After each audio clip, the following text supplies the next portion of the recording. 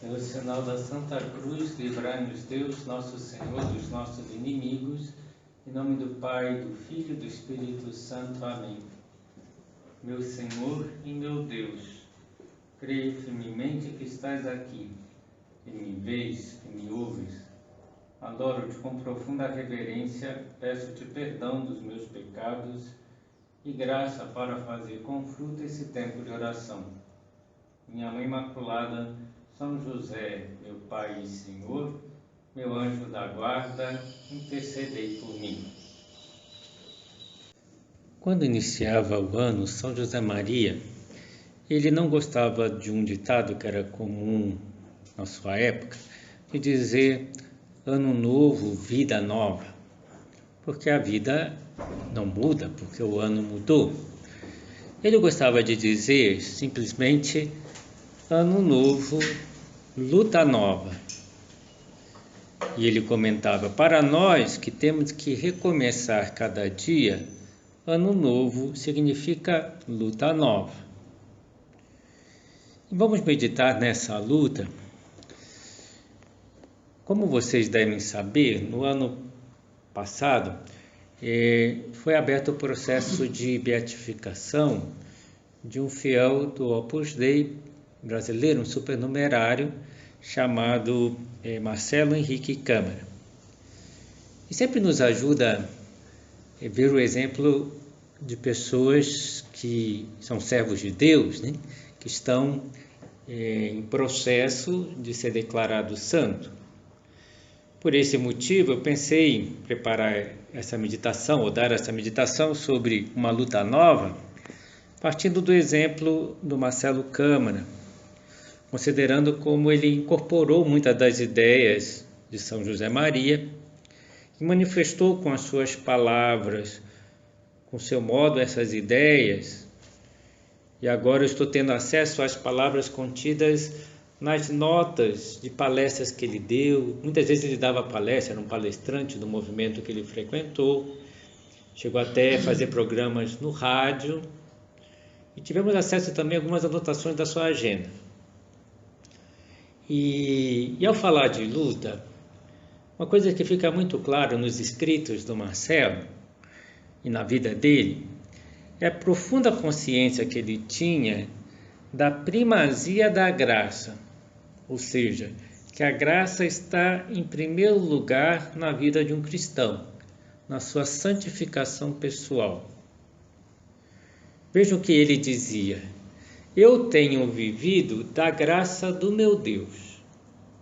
Não dá para explicar qualquer progresso no campo da moralidade, não dá para explicar qualquer progresso no campo da oração, não dá para explicar qualquer progresso no campo das nossas relações interpessoais, se não for através da graça divina. E nós sabemos que a santidade é deixar Deus agir em nós. É um dom de Deus. É Deus quem nos leva a fazer o bem. É Deus quem inspira a nossa oração. É Deus quem nos ajuda a tratar a todos como irmãos, filhos de Deus. E nós contamos, e muito, com a graça de Deus. A imploramos, pedimos insistentemente graça para sermos melhores. Recorremos a Deus para superar um pecado que sempre recaímos nele. Suplicamos a graça de Deus para crescermos em vida interior, em intimidade com Deus, para crescermos na fraternidade, vencendo os nossos defeitos que nos afastam dos demais, para amar as pessoas como elas são, ajudando-as a serem melhores. E para isso é bom reconhecermos, como Marcelo fazia, que sem a graça de Deus, tudo isso é impossível. Com a graça de Deus é possível. E o Marcelo Câmara nos anima. Nós contamos com a graça. A graça é a força que vem de Deus e nos permite assemelharmos-nos a Ele. Nos permite viver aquela vida que Ele espera de nós. nos permite observar a fé, ou seja, tudo aquilo quanto devemos crer e, através da nossa crença, transformar em nossa existência, em nossa vida. Mas o que Marcelo quer dizer com essa frase? A graça permite observarmos a fé. Como ele mesmo diz, é transformar em nossa existência, em nossa vida. Veja o que ele comenta sobre a fé. A fé, quando vem ao nosso encontro, nos sacode e pede, seja diferente. Nós poderíamos dizer, não só seja diferente, mas seja melhor, né? Ser diferente por ser diferente. Mas seja melhor, seja santo. Continuo com suas palavras. Pela fé, Deus nos pede um ato de adesão. Deus nos pede para cada um de nós, de maneira sincera, sem reservas, sem limites, de maneira integral, que nos alinhemos àquilo que Ele espera de cada um de nós. Ou seja, nós devemos ter fé na graça de Deus para sermos aquilo que Deus deseja que nós sejamos, para sermos aquilo que Deus espera de nós na nossa vida, e para isso vamos lutar neste ano para sermos aquilo que Deus espera de nós. E temos que renovar a fé nessa verdade. Eu posso ser santo, eu devo me santificar, porque Deus está empenhado nisso. E não falta a graça de Deus para que eu me converta, para que eu me santifique. E a fé sincera leva à conversão de vida, à adesão a Deus. E foi essa também a experiência na vida do Marcelo, que dizia do seu primeiro retiro espiritual, que foi feito num movimento chamado Emaús: eu também caí do cavalo. Ele está dizendo, fazendo referência a São Paulo, que caiu. A gente não sabe se caiu do cavalo, né? Mas ele caiu, teve Deus apareceu, Jesus apareceu a ele no caminho. O Marcelo dizia, guardada de vida, distâncias, né? Naquele que quer se comparar com São Paulo, né? Guardada de vida à distância, o que lhe converteu também foi o encontro com a pessoa de Cristo. E Deus o preparou para essa conversão. São palavras suas. Deus se antecipa, Ele nos prepara para a conversão e nos sensibiliza a respeito da dureza do nosso coração, para que na hora do anúncio da pessoa de Cristo nós estejamos abertos e receptivos à mensagem do Filho de Deus. Então a fé é uma adesão plena a uma pessoa, a pessoa de Jesus Cristo. E foi isso que fez o Marcelo se converter. Embora ele fosse católico, ele estava um pouco afastado, necessitava uma conversão. E vejamos os comentários do Marcelo sobre a sua conversão. Aquele homem falava de Jesus Cristo, que era então um estranho, revelava-se de par em par, de minuto a minuto, como sentido da minha vida, fundamento da minha existência. Tudo à luz de Cristo parecia tão diferente, mais belo, mais cordial, mais pleno de significado. Era tudo tão simples. Dali em diante, bastava seguir aquele que me foi anunciado. Nas quedas, ele me acolheria.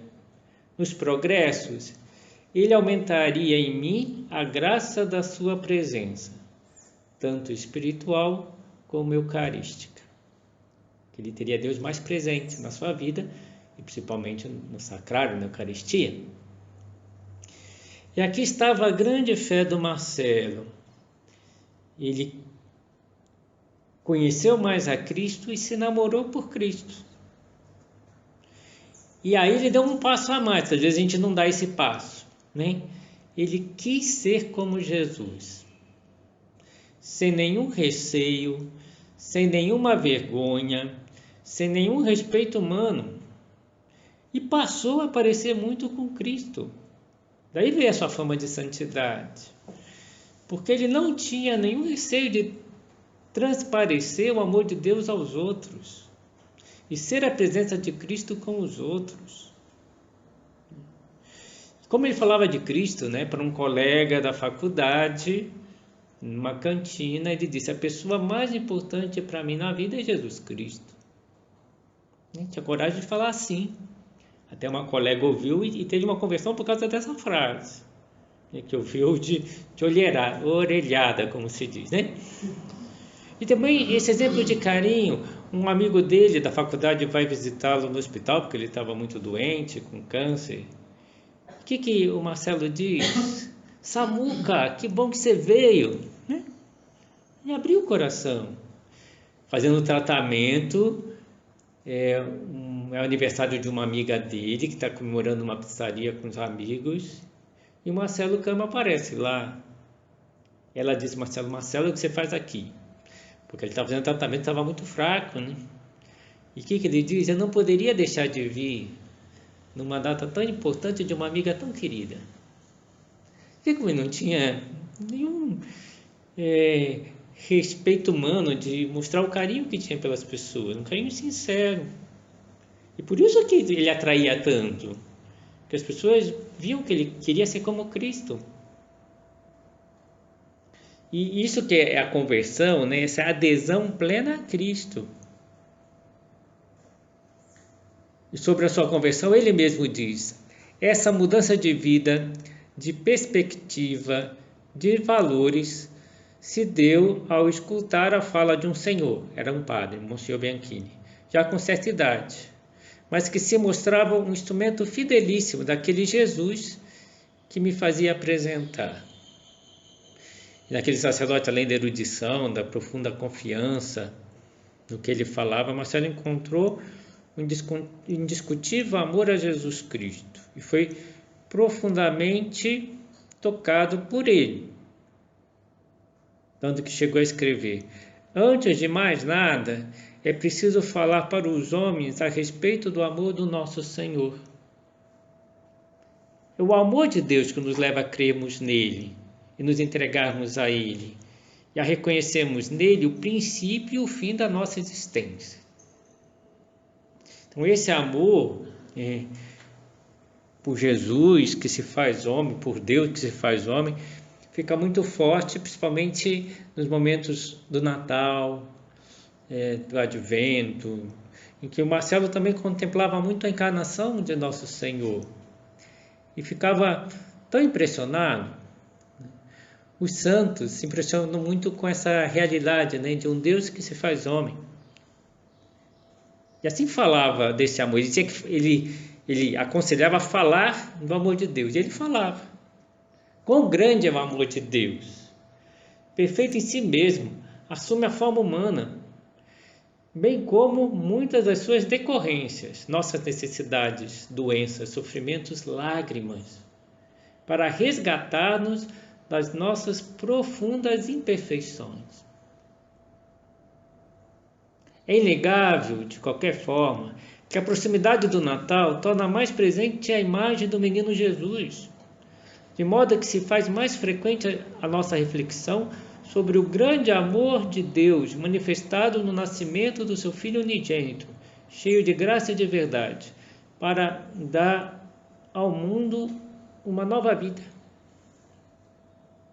E ficava impressionado com o menino Jesus, tanto que escreveu: esvaziar-se. Imagine o infinito tomando a forma finita. Imagine o Todo-Poderoso assumindo a fragilidade de uma criança. Imagine aquele para quem todas as coisas foram feitas, acomodado na simplicidade extrema de uma manjedoura. Bondade tamanha, por amar até o extremo, só poderíamos mesmo encontrar em Deus tanta bondade. Vejam como foi o amor de Deus que levava Marcelo a querer ser como Cristo, a lutar. Então, primeiro de tudo, na luta espiritual, é contar com a graça de Deus e querer corresponder a tanto amor de Deus. Tudo parte daí. E o que exige de nós? Luta. Luta por corresponder ao amor. Remover os obstáculos, não pactuar com os pecados, não deixar que eles se arraiguem em nós e sufoquem a graça de Deus na nossa vida. Para isso, ter o coração sempre aberto a uma nova conversão, a necessidade de renovarmos a cada dia, a cada confissão. E nos escritos do Marcelo e nas palestras que ele dava, fica muito claro isso, que era necessária uma luta esforçada, constante, confiando na graça de Deus antes de tudo, mas uma luta concreta. Ele aconselhava os outros jovens e mostra o que ele tinha no coração, né? Não me venha com essa de alegria do jovem, de confraternização, que é normal em ambiente jovem tais coisas, né? Coisas pecaminosas, né? Isso é desculpa mundana. Não vos conformeis com a mentalidade desse mundo, nos ensinou São Paulo. E veja, os santos também têm que lutar. E ele, quando se converteu, não se tornou santo de um dia para o outro também, né?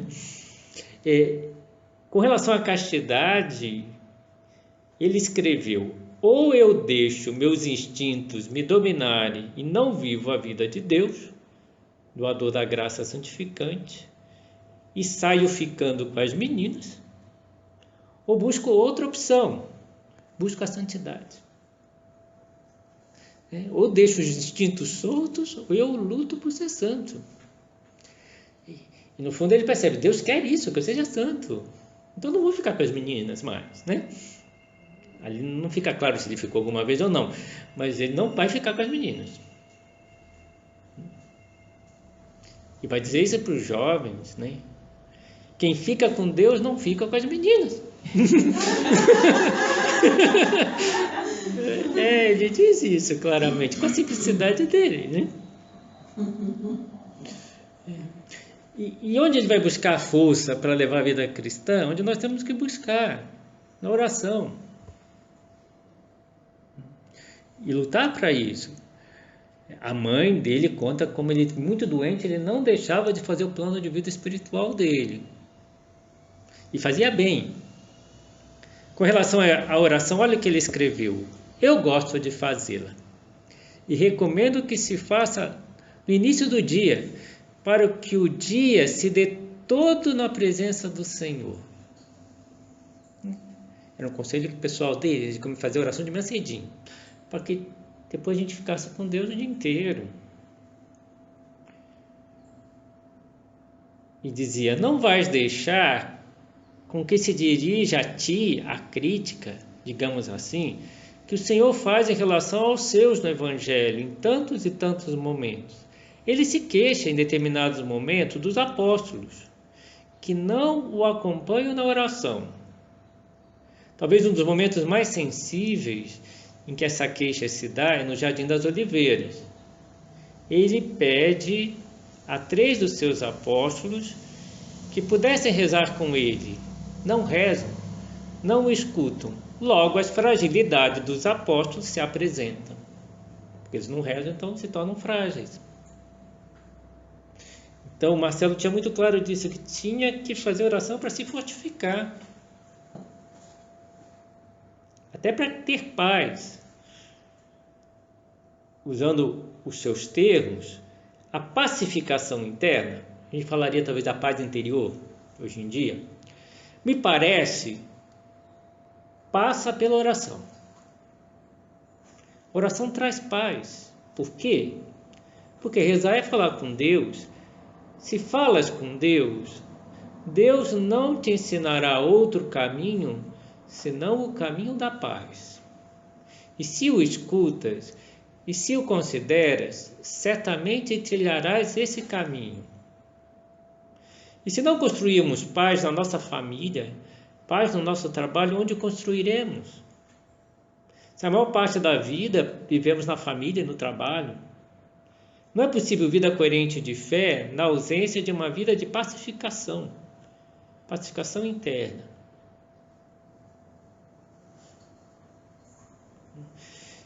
Como, portanto, não atuar numa família de modo a acalmar, a sensibilizar, a cuidar, a zelar, a varrer do mapa, portanto, toda e qualquer postura que rime com opressão, que se pareça com geração de contendas, de conflitos. São Paulo criticava violentamente cristãos murmuradores. Nada de fazer confusão, nada de fazer contenda, nada de fazer conflito, mas sim buscar o entendimento. Vejam como ele apresenta uma luta também. Eu tenho que lutar para em casa eu transmitir a paz. Lutar para acalmar, para sensibilizar, para cuidar, para zelar, para não fazer confusão, para não fazer conflito. E ele dá um conselho de que nós tenhamos tertúlia em casa, né? Nas nossas casas. Ele fala abertamente isso. Há um hábito que pode nos ajudar muito, ensinado em muitas famílias católicas e vivido por aqueles que têm uma boa disposição. É o hábito de conversar. Hábito de conversar em família ou em grupo de amigos, que se pode chamar essa conversa de tertúlia. Uma conversa amistosa, uma conversa amiga, na qual as pessoas se exponham efetivamente, digam aquilo que vai no seu coração e não briguem, e não murmurem, e façam paz, e não façam jamais conflito, e não façam jamais confusão. A tertúlia teria que ser isso, né? Uma conversa amigável, que cada um pode abrir seu coração.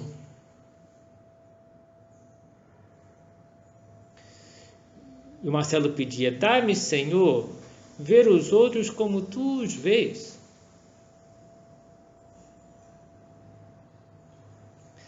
A virtude da compreensão sugere a escuta atenciosa das razões do outro, dos seus condicionamentos, das suas dificuldades. Compreender é ter delicadeza de alma para saber ouvir, acolher, orientar para a verdade de Cristo. E os testemunhos do Marcelo, sobre o Marcelo, eram esses, né? Como ele era carinhoso, como era compreensível, como era atencioso com todo mundo. E ele nos pergunta: sabes disfarçar o que incomoda por amor? Tem coisas dos outros que nos incomodam, não é verdade? Mas por amor você sabe disfarçar? Faz de conta que você não está vendo. Veja, a luta do Marcelo era bem concreta, hein? E tinha coisas, não vou dizer aqui, para não deixar ninguém mal, mas tinha coisas que incomodavam o Marcelo. Até mesmo no relacionamento familiar. E o que o Marcelo fazia? Disfarçava, muitas vezes. Por amor a Deus. Fazer de conta que não está vendo. Que a pessoa explodiu, que a pessoa fez um comentário que não devia. Não vou dar importância. Por amor a Deus, eu vou passar por cima disso. E ter essa preocupação de cuidar dos demais. Marcelo, desde que seus pais se separaram, quando ele tinha por volta de 10 anos, se eu não me engano, ele começou a cuidar de todo mundo, da mãe, do irmão, do próprio pai. E ele dizia: não se esqueça a sabedoria que vem do Pentateuco. Caim, depois de matar Abel, indaga ironicamente ao bom Deus: eu sou por acaso vigia do meu irmão? Que Deus pergunta para ele: onde está o teu irmão? Eu sou por acaso vigia dele? Ainda dá essa desculpa, né? E Marcelo dizia: queridos, nós sim somos vigias um dos outros, para que ninguém se perca, mas tenha a vida em Cristo.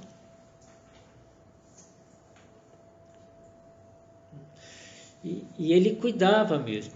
E vejam, alguém poderia pensar: Marcelo era considerado tão bom porque ele não entrava em conflito, não falava as coisas que tinha que falar. Ao contrário, Marcelo não deixava passar nada. Mas por que ninguém se sentia atingido por ele? Porque ele não atacava ninguém. Ele defendia ideias, posições com uma clareza que chamava atenção.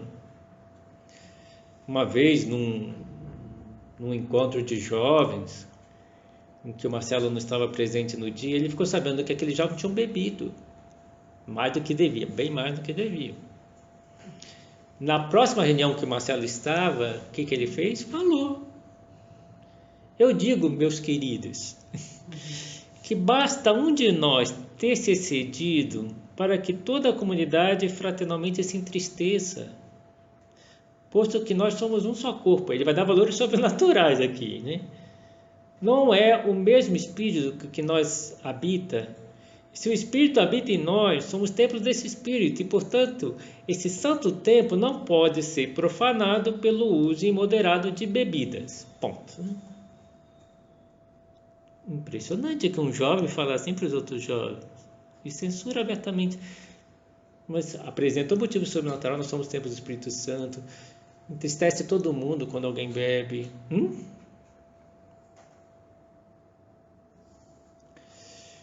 Às vezes pode acontecer conosco que nós pensemos, puxa, mas essa pessoa não vai mudar. Quem sou eu para conseguir que essa pessoa mude de conduta? Aí o Marcelo também acontecia isso. Às vezes ele achava que não conseguia mudar certas pessoas. Por mais que ele quisesse corrigir, ajudar. Então o que ele fazia? Rezava. Não ore só para si.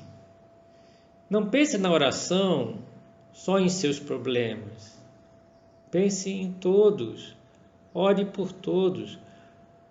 Ore por aquelas causas nas quais você não pode propriamente interferir, mas pelas quais você pode firmemente rezar e rogar a Deus, porque Ele tudo pode, Ele pode tudo. A Deus, nos comunica o Evangelho, nada é impossível. Eu não vou mudar, então reza, ora, até para a gente mesmo, eu não vou mudar nesse ponto. Reza, ora para Deus, nada é impossível. E lute, né? Para vocês verem como o Marcelo lutava, tem um ponto aqui que mostra essas lutas do Marcelo. A humildade e o espírito de serviço reflete na obediência sem murmurações às recomendações dadas pelos que se encontram em posição de responsabilidade, no zelo por cumprir todas as tarefas, por mais que pareçam de pouca importância, na disposição de trabalhar por Cristo, sem preocupação concernente ao reconhecimento por parte dos homens, na confiança de que tudo depende de Deus, e basta que façamos com lealdade o que nos cabe para que a obra do Senhor seja realizada. Humildade, espírito de serviço, obediência, cumprimento zeloso das tarefas, disposição para trabalhar por Cristo, não querer o reconhecimento dos outros. Você vê, são várias lutas, né? Confiança em Deus e ser leal naquilo que nos cabe. Fidelidade nas pequenas coisas, que ele está dizendo, para que a obra do Senhor se realize, o Opus Dei se realize na nossa vida. Vamos encerrando a nossa oração, renovando esse desejo de lutarmos por sermos santos. Tendo muito claro que toda conversão começa na graça de Deus, confiar que nós temos graça de Deus para nos convertermos e para nos santificarmos, para sermos santos. Como esse nosso irmão, né, o Marcelo Câmara, e pedimos a Nossa Senhora, que é a Rainha de todos os santos, interceda por nós, para que todos nós, filhos de Deus, né, lutemos sinceramente por seguir a Cristo e para buscar a santidade de vida. Dou-te graças, meu Deus, pelos bons propósitos, afetos e inspirações que me comunicaste nesta meditação. Peço-te ajuda para os pôr em prática. Minha Mãe Imaculada, São José, meu Pai e Senhor, meu anjo da guarda, intercedei por mim.